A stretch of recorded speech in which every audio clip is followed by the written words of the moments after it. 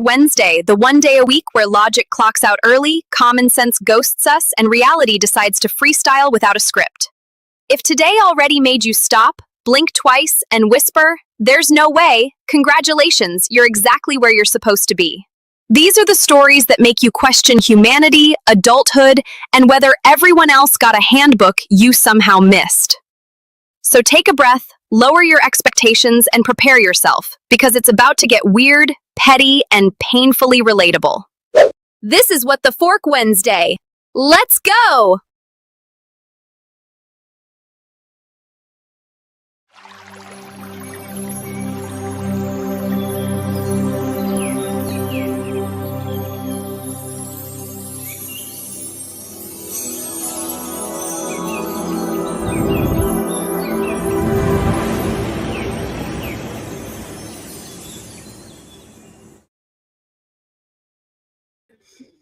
Hi, how we doing? I'll be doing good. All right, welcome in, besties. You know I love y'all. Listen, welcome in. It's Ask B, and today, is What the Fork Wednesday. Okay, the show where we gather midweek, take one long look at reality, and collectively agree that none of this makes sense anymore. Now, if you're just getting here, go ahead, settle in, say hey in the chat, tell me where you're watching from, and let me know on a scale of 1 to what the actual fork your week was like. Because if today already felt weird before noon, you are among friends, okay? What the Fork Wednesday exists for one reason. Some things happen in life that don't require advice or healing or growth. They require witnesses. This is that room. There are those stories, the kind where you replay it later and still can't believe it was real. This is the show where grown adults act brand new.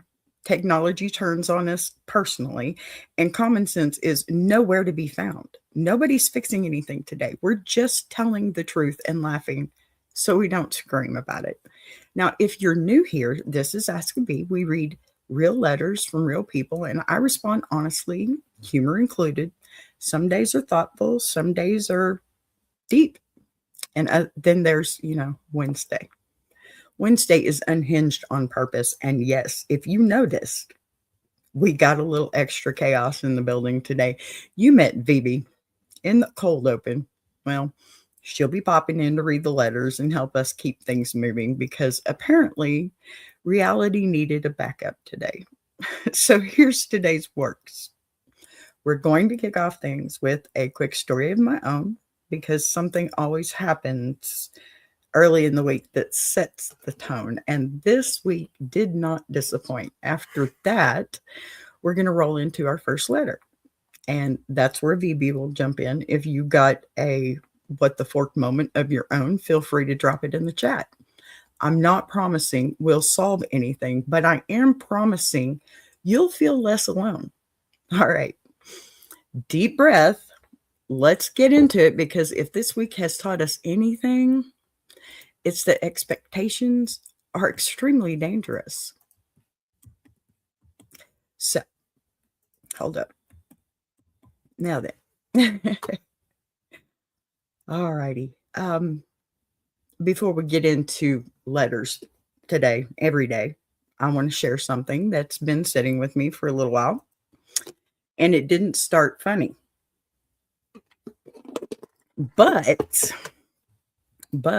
it ended funny, okay? Which honestly feels very on brand for a Wednesday, right? You never, ever have something happen in your life that doesn't make sense years later. I mean, ever. Like at the time, all you can feel is irritation or hurt. And then one day, your brain finally connects the dots and you're like, oh, that's what that was about.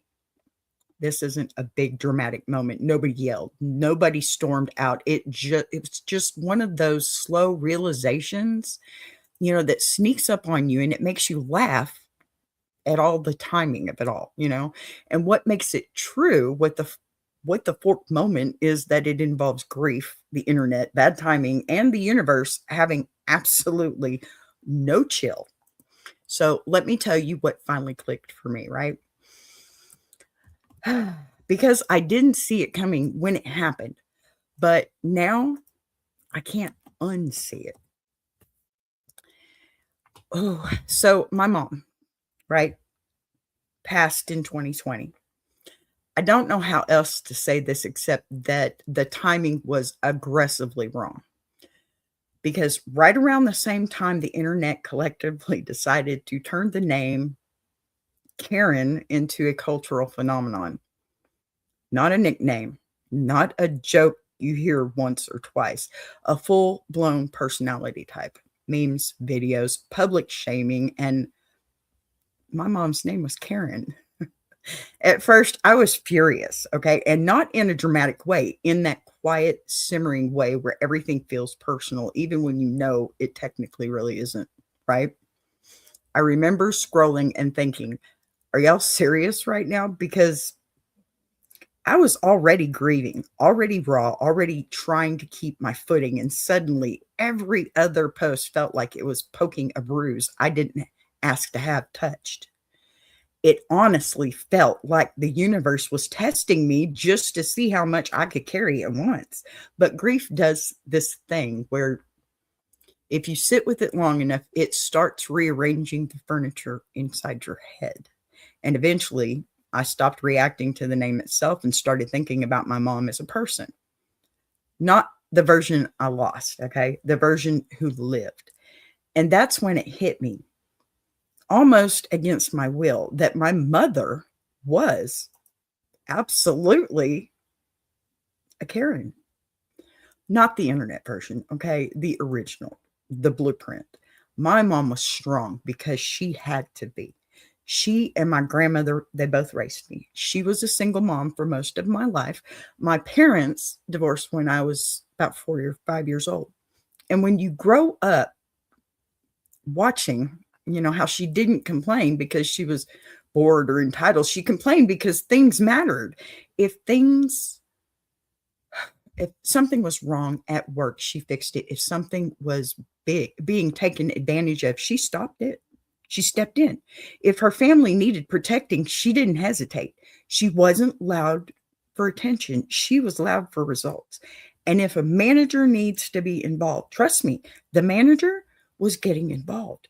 The more I thought about it, the more I realized she would have owned the meme era completely. She would have laughed her ass off at it. Seriously, she would have sent me screenshots and say, well, they're not wrong. She would have. She would have made jokes about it at dinner. She would have leaned into it with zero shame because she knew exactly who she was. And I hate admitting this, but it took me almost 5 years to get there emotionally because the truth is, the name thing wasn't happening in isolation. It was happening on top of loss after loss after loss. Between 2019 and now, I've lost so many people that sometimes it feels unreal when I list them out. My mother, my mother-in-law, my father-in-law, my sister, a stepdad, a best friend, two uncles, and aunt. It was like every time I got my footing back, life came through and said, actually, not yet. And somewhere in the middle of all that chaos, I almost lost myself too. I survived a flesh-eating bacterial infection in my arm. 27% survival rate, guys. It's not a sentence you ever expect to casually say out loud, right? And even that felt like it got swallowed by everything else that was happening. There wasn't time to process one thing before the next thing showed up. Then a few months ago, my husband had a heart attack. And suddenly the floor drops out again, and you realize how thin the margin really is between normal life and everything changing overnight. So, yeah, relationships get complicated in seasons like that. Okay. I'm the oldest of 6 on my dad's side. I'm not as close to them as I'd like to be, but I want to be. I'm working on it. I'm trying to get a vehicle running so I can see my dad. He just had back surgery, but life has this way of stacking obstacles when you're already tired. And none of it is dramatic, okay? None of it is anyone's fault. It's just heavy. And here's what the fork part I'm sorry, here's the what the fork part of all this nonsense.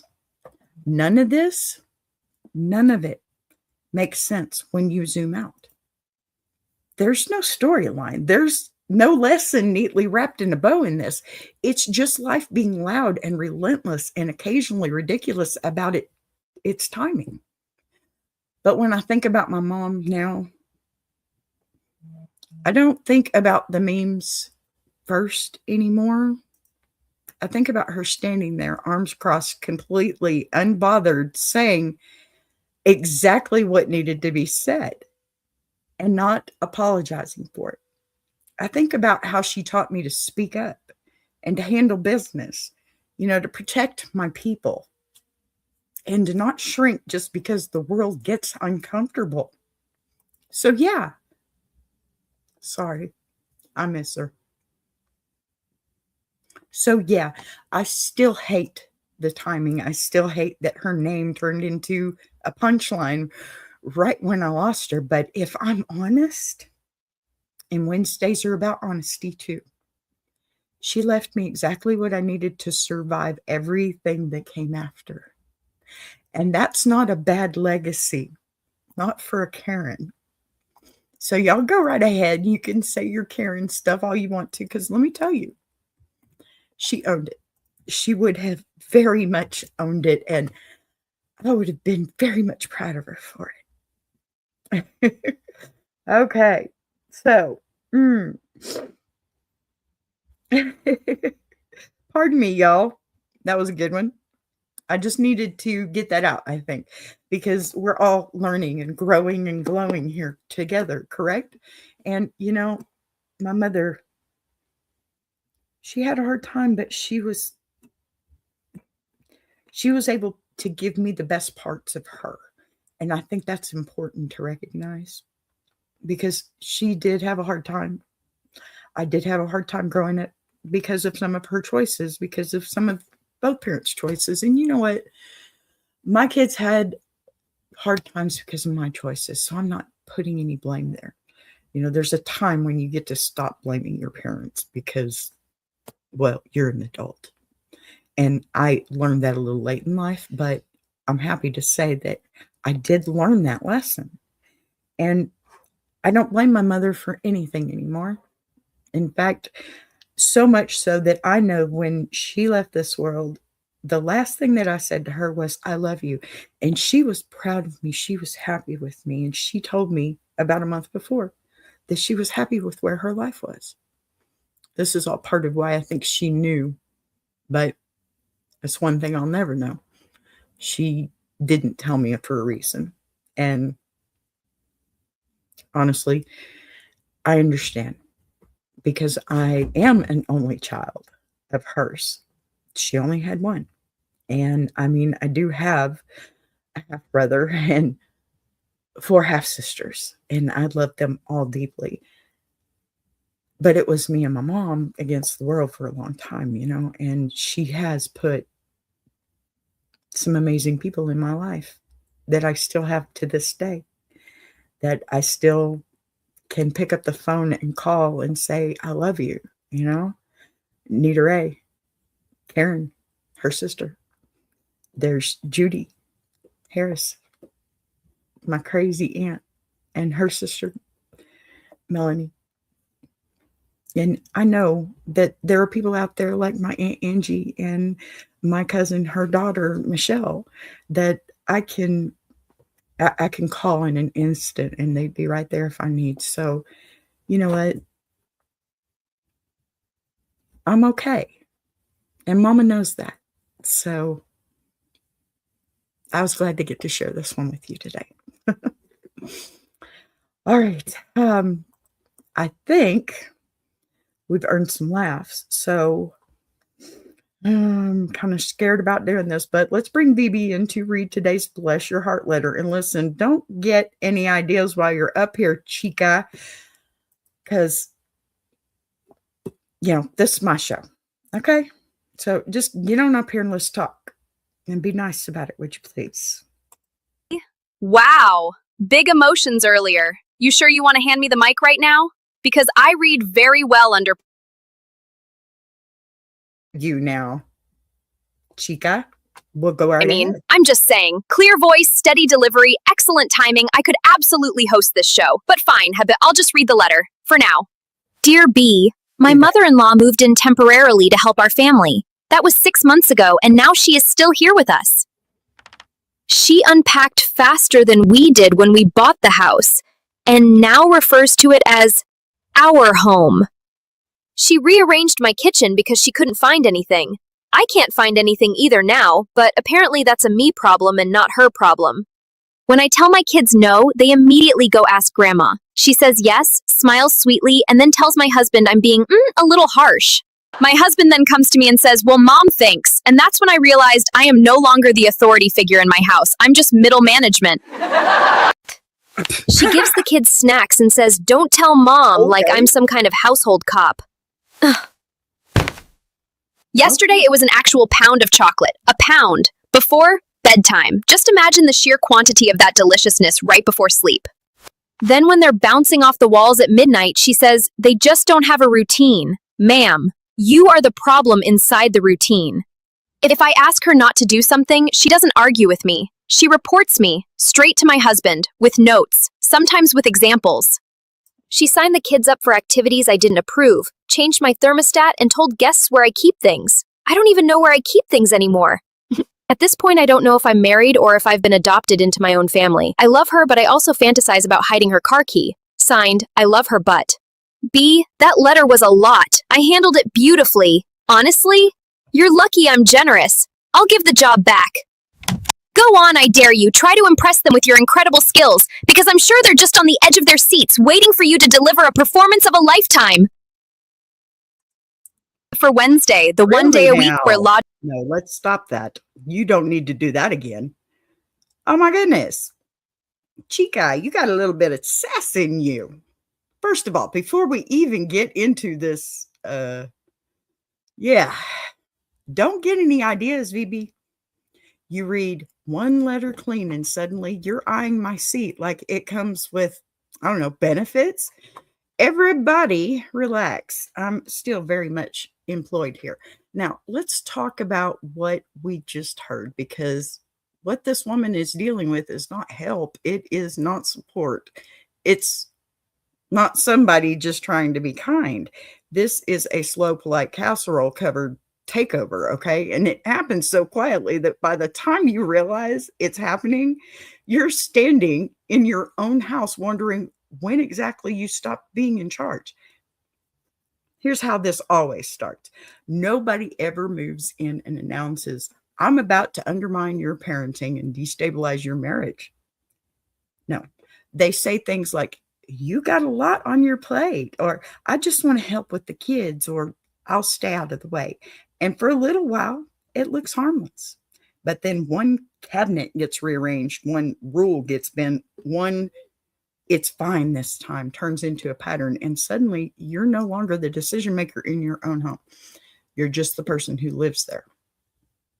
Okay, the moment in this letter that tells me everything I need to know is when the kids hear no from their mother and immediately goes to ask Grandma. That right there is the turning point for me. Yeah.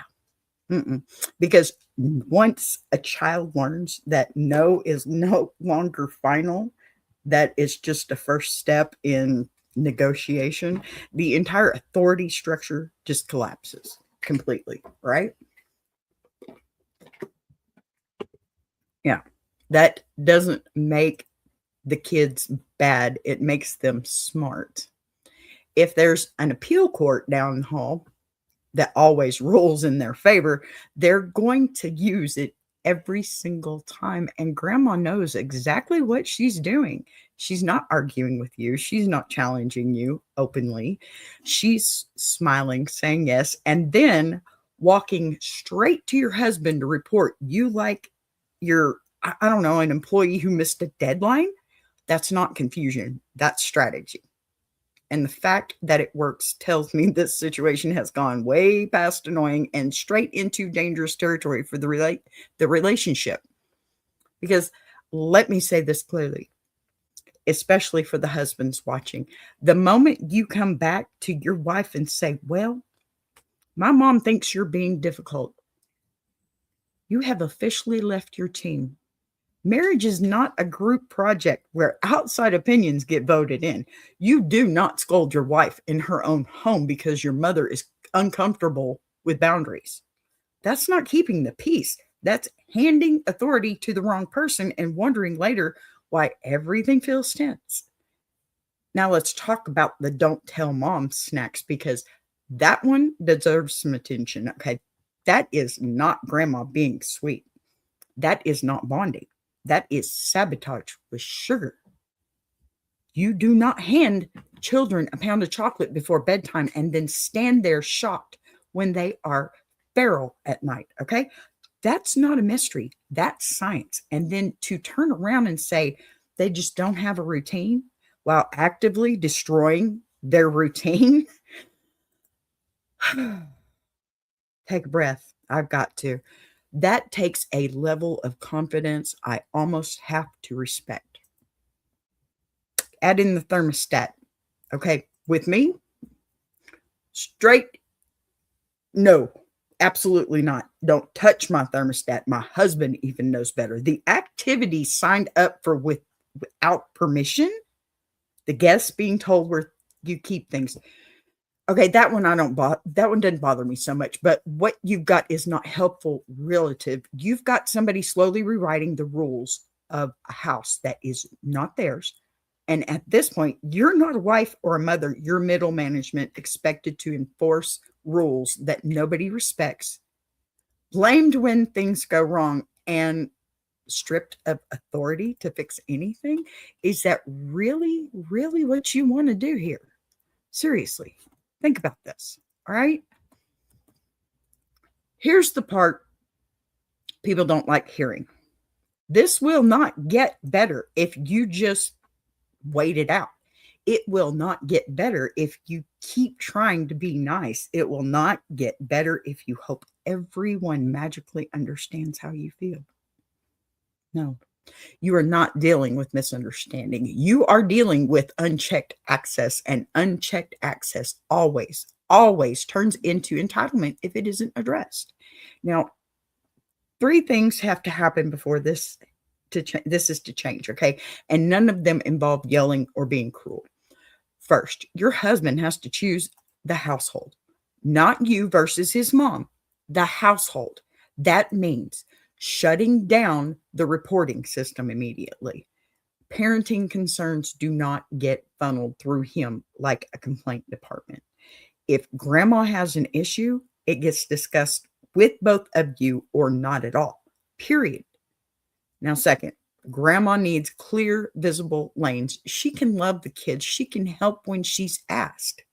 She can spoil with permission, but she does not override decisions. She does not secretly countermand your rules, and she does not create little alliances that cut you out of the whole picture, okay? Pardon me. Love without boundaries is not love. It's control wearing a cardigan. Simple. Third, the kids need to see one answer, one voice, one authority, not because you're power hungry, but because children need consistency to feel safe. We all know this, okay? When rules change, depending upon who they ask, it doesn't just create chaos, it creates anxiety. And that anxiety always lands back on the parents. Seriously, never on the person who caused it, okay? Hey, Patty friend, how are you, honey? Good to see you, doll. I missed you. So I don't think this mother-in-law is evil, okay? I don't think she means harm, really, but I do think she's enjoying the control. And that's why this has to be handled now, not after another year of resentment builds up.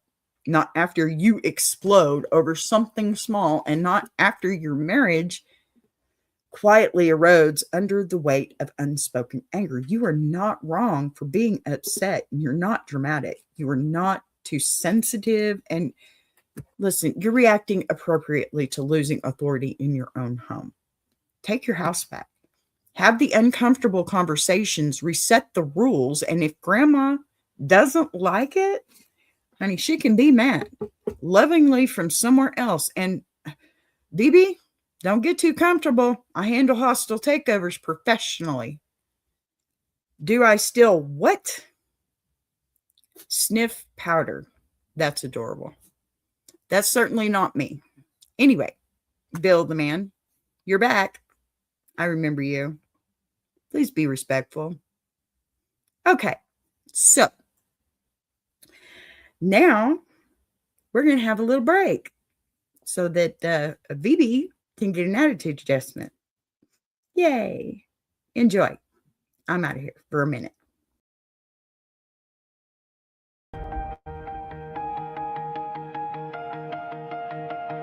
She came from the quiet storms, built a fire from the ground, turned a whisper to a warning. Now her voice shakes the town. Every setback was a lesson. Every doubt became a key, unlocking something bigger. That's the rise of Boss B. When the lights go low, her vision hits high. She built a whole damn network off a promise and a try. Every sunrise, every moment, she's stacking legacy. This ain't just a channel, this is BBTV. Boss B rising, BBTV's igniting. Turn the volume up, yeah, the whole world's invited. From the gravel road to the neon dream, she built an empire out of broken wings. Boss B rising, sky ain't even the ceiling. When she hits go live, everybody feels it.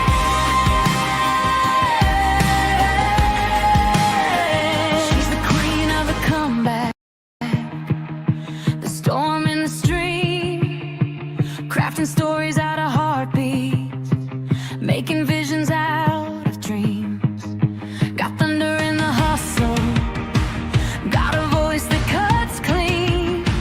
Every mic she touches turns the power unseen. So let further spin the numbers, let the views rise slow or fast. Boss B doesn't measure wins by echoes of the past. This moment is a pivot, this season's history. Bow down to the founder of the BBTV dynasty.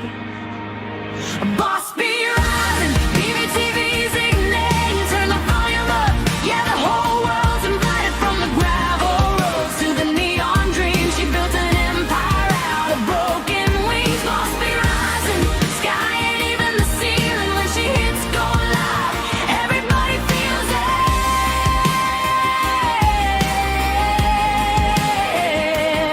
She's got fire in the head, it's got truth in the frame. Got a heart that won't retire and a gift you can't name. Every loop, every letter, every dream she sets free. It's a love note to the world sign, Boss B. And the world keeps watching as the numbers climb, but she's counting all the moments, not the dollar signs. From the late night grind to the daylight scene, she's building something bigger than the algorithm's dream. Boss B rising, BBTV shining. Her story's rewriting, a legacy in real time. Boss B rising, BBTV's igniting. Turn the volume up, yeah, the whole world's invited. From the gravel roads to the neon dream, she built an empire out of broken wings. Boss B rising, sky ain't even the ceiling. When she hits go live, everybody feels it.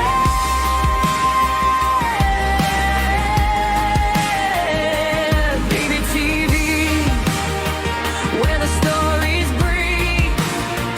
BBTV, where the dreamers believe. Boss B rising, watch her take her place. This is BBTV. This is her grace.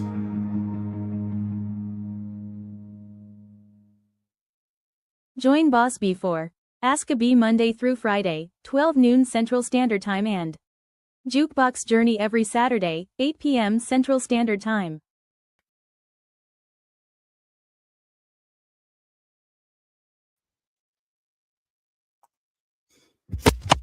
All right, we are back. That was a good break. Nobody's attacking you, Bill the man, honey. Nobody's attacking you, but don't come in here just jumping on questions and asking silly things and then yelling at other people just because they're not talking to you, okay? I do remember you. You were here last week. We had a little issue, so let's just be nice. We don't ask people if they sniff powder because people don't do that here, okay? You need to chill. Don't know who you are. Nobody's attacking you. Just be nice. Gotcha? Okay.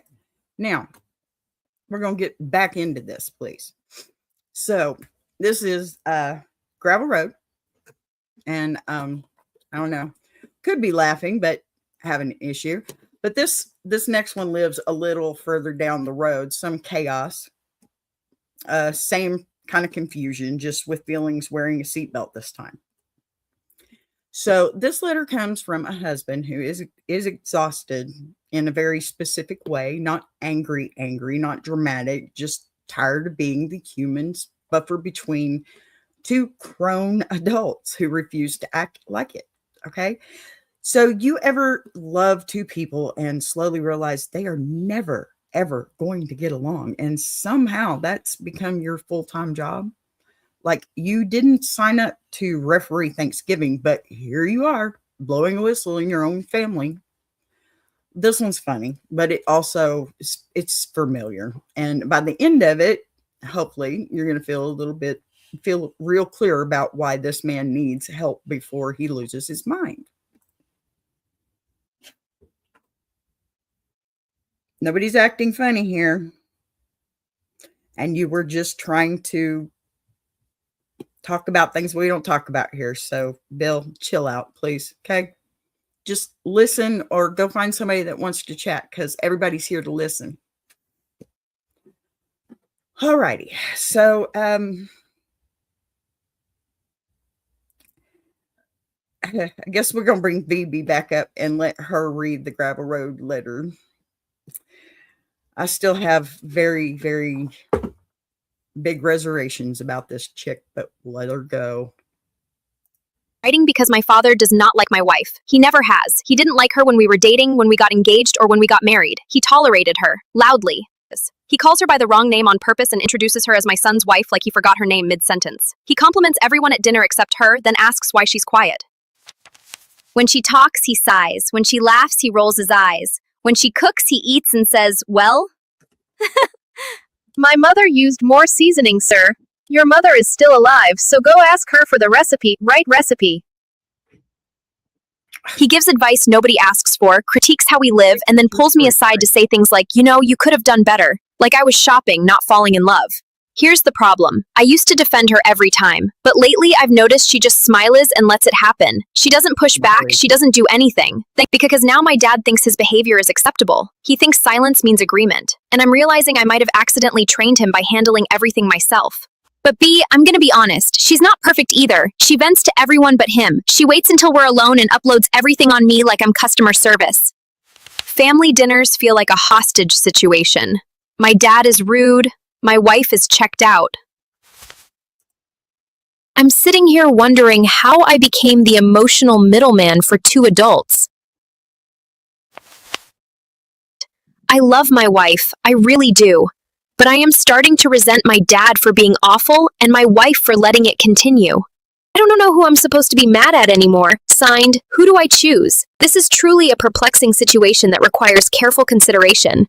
BB, I could answer this, but then I'd actually be running the show, and that feels like a lot. I'll give it back to you. Handle it gently. Chick! What is up with this chick? She's AI. She's trying to take my job. All right. Well, let's answer this one. First of all, BB, thank you for the assist. You can clock out now. And sir, the letter writer, okay, come sit by me for a minute because I need you to hear this without getting defensive. What you're describing isn't just family tension. It's not just my dad's old school or my wife's sensitive. What you're living in is a slow erosion of respect. And the reason it feels so exhausting is because you're standing in the middle trying to absorb the impact instead of letting it land where it belongs. Let's start with your father.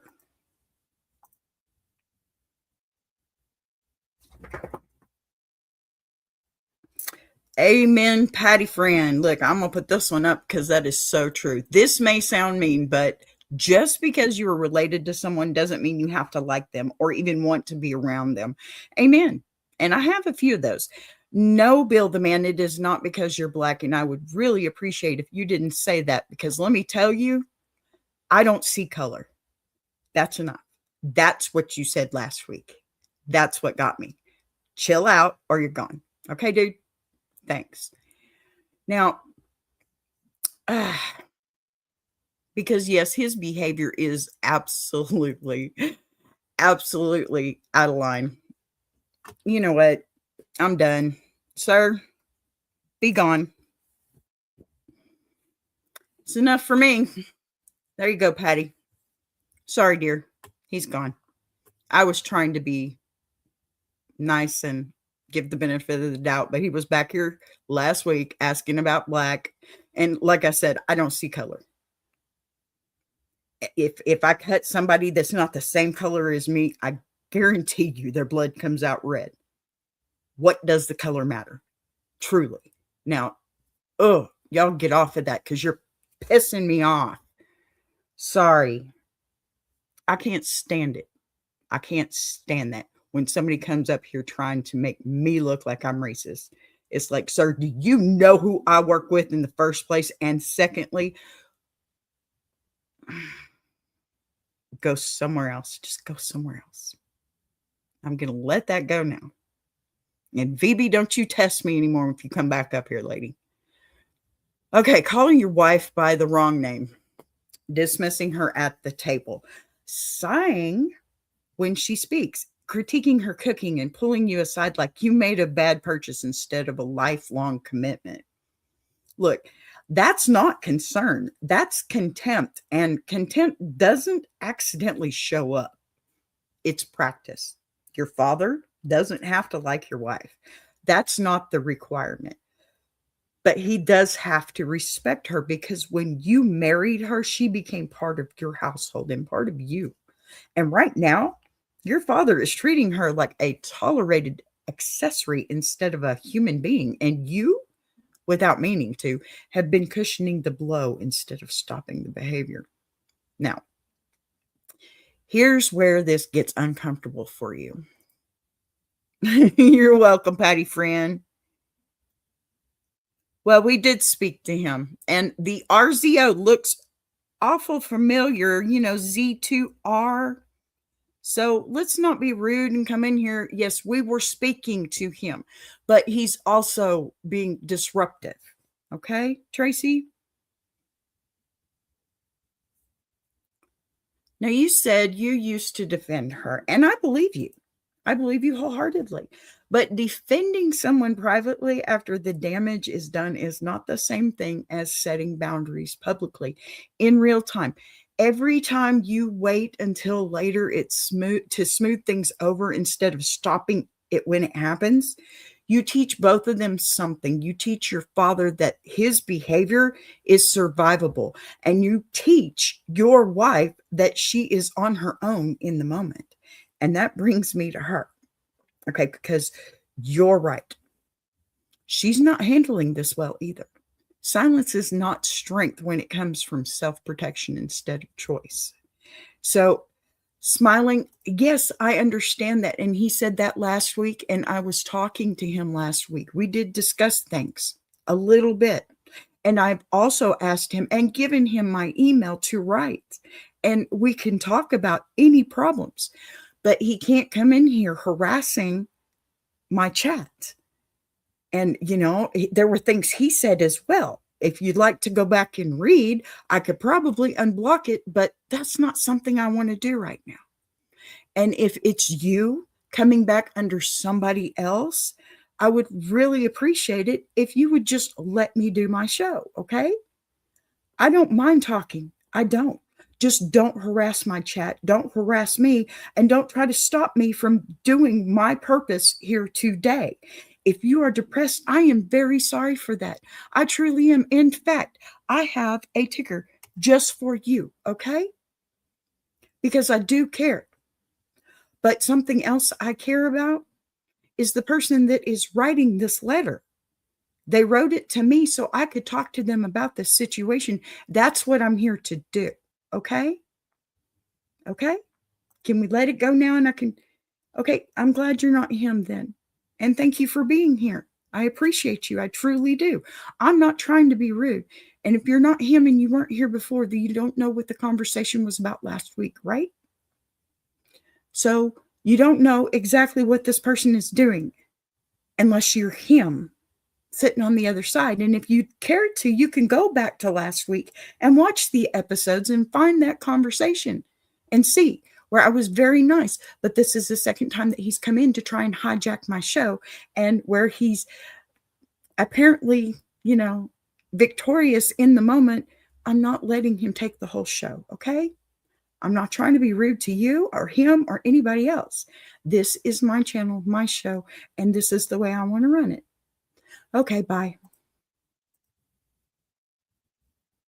That was enough. Don't get rude with me. I'm not being rude, but you are being disrespectful, so just please go away.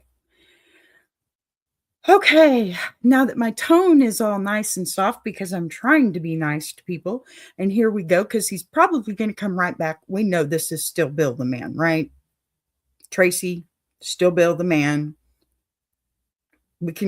I can do this all day, if it comes up again, I'm just going to start banning, because I'm not playing this game. I've been in here for 42 minutes now talking about things that I want to talk about on my channel and on my friends' channels that like it too. So if you want to come back and cause some more chaos, expect to be banned. There's no question about it. Now, I'm going to start back here where I was trying to finish. Patty, I love you, honey. Thank you for sticking with me. I'm very sorry for the idiots that show up here. Yes, I said that. Now, smiling through disrespect, okay, doesn't make her the bigger person. It makes her invisible. And venting to everyone except the person causing the harm doesn't resolve anything. It just relocates the anger until it lands on you. Not cool. It's just not cool.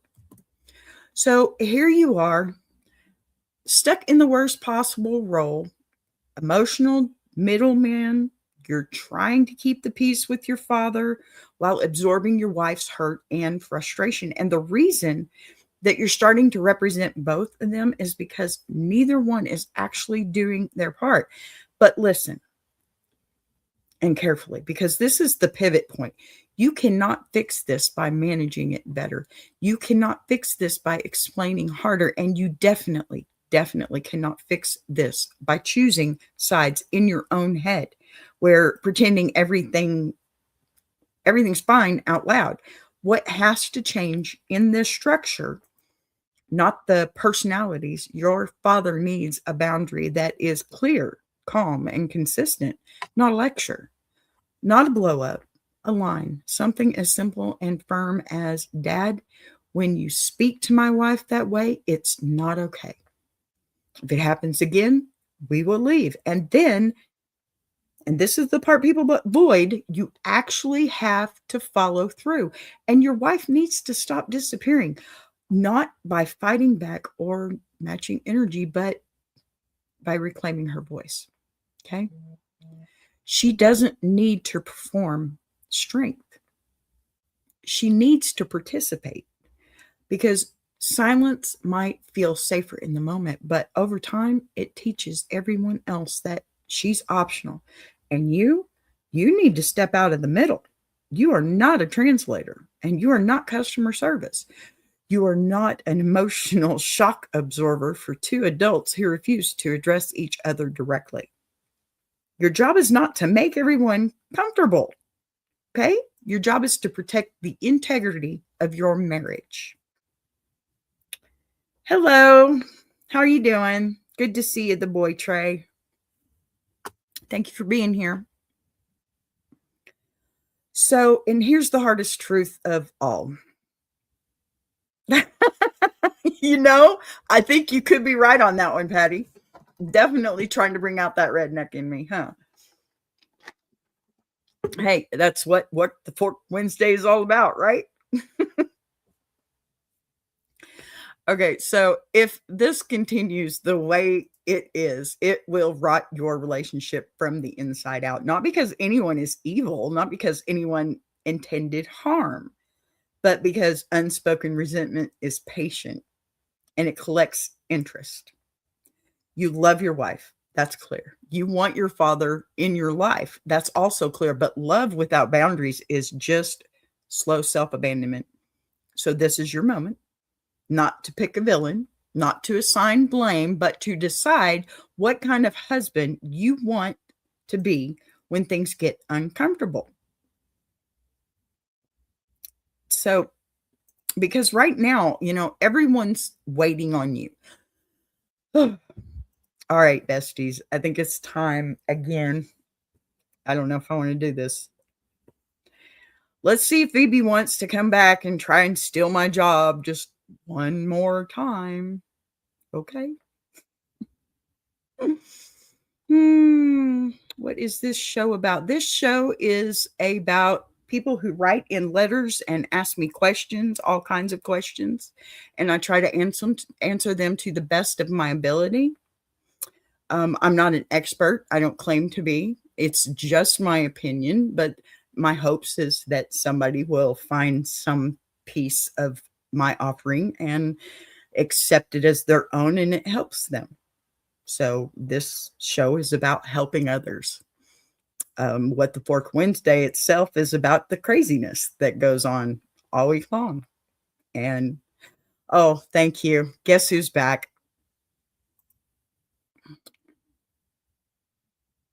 That's hilarious. You know what? Because every time somebody comes in here and puts a comment in my chat, they're supporting me. And do you know that makes people want to see me more and follow me more and click on my subscribe and my membership? So would you please just keep coming? I'll ban you. It's okay. I'll get your support first. No problem. All right. So, man.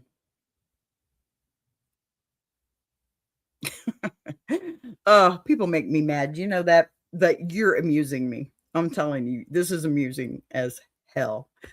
Anyway, we're going to bring Phoebe back up here. She's going to do a little promo for me, so y'all enjoy. All right. She asked me to come back and handle this part, so here we go. I'm ready to take on the challenge. If you're enjoying this show, subscribing is the easiest way to support what's being built here on BBTV. You'll see the join button right next to subscribe. No pressure, no expectations, just an option for people who want to support the channel in a real way. We're live weekdays at 12 p.m. Central, and each day has its own focus. Same honesty, same voice, just different conversations depending on the day. And if you've got a story you want to share, send it in. Anonymous is always fine. All right, that's my part. I'll let her take it from here.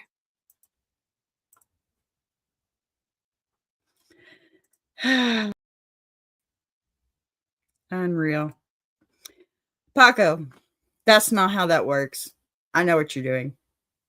Get a life, man. So, yeah, that was my promo. All right, y'all, because this starting to get on my nerves a little bit, but besties, we're going to go ahead and wrap it up right here. If you laughed today, thank you for laughing with us. If you felt something sneak up on you when you weren't expecting it, thank you for staying anyway. That's kind of the whole point of Wednesdays around here. We tell the truth, we find the funny, and we don't pretend life is neat just to make it comfortable. I appreciate every single one of you, even you, Bill the man. Paco, you're super chatted $100. That's not the way it works, but I really appreciate the effort. Okay. I appreciate every single one of you who shows up, drops a comment, shares a story, or just listens quietly while you're doing dishes or pretending to work, because that's what I do, apparently. Turn off the chat and just talk. I will listen. Oh, I love you, honey. Thank you, Patty. You're the best. See, that's why I do this, because I have people that actually want to hear what I have to say. Bill the man. Anyway, all right. This space only works because you bring your real selves into it. And I don't take that lightly. Okay. If you missed any part of today's show, catch the replay. If something hit a nerve, sit with it. Come back and get Bill the man if you want to. And if something made you laugh out loud at the worst possible moment, congratulations. You're doing Wednesdays correctly. Patty friend, thank you so much. Thank you so much for saying that you love my insight. That is amazing, because honestly, I don't know anymore. But listen, y'all, we will be back tomorrow, 12 p.m. Central, for Ask a Bee. I'm not sure what we're doing for Thursday just yet, but same place, same time, different flavor. And don't forget Jukebox Journey on Saturday, okay? 8 p.m. Central, except the last Saturday, because that's We Be Jamming, and they do it way better than I do. Take care of yourselves. Be kind to each other. Set your boundaries. And remember, if life makes you stop and say, "What the fork?" you're not alone. I love y'all. Bye, Patty friend. Love you. Oh, I'm so sorry you made it just at the end, but it's good to see you again. Thank you for being here. Love you all.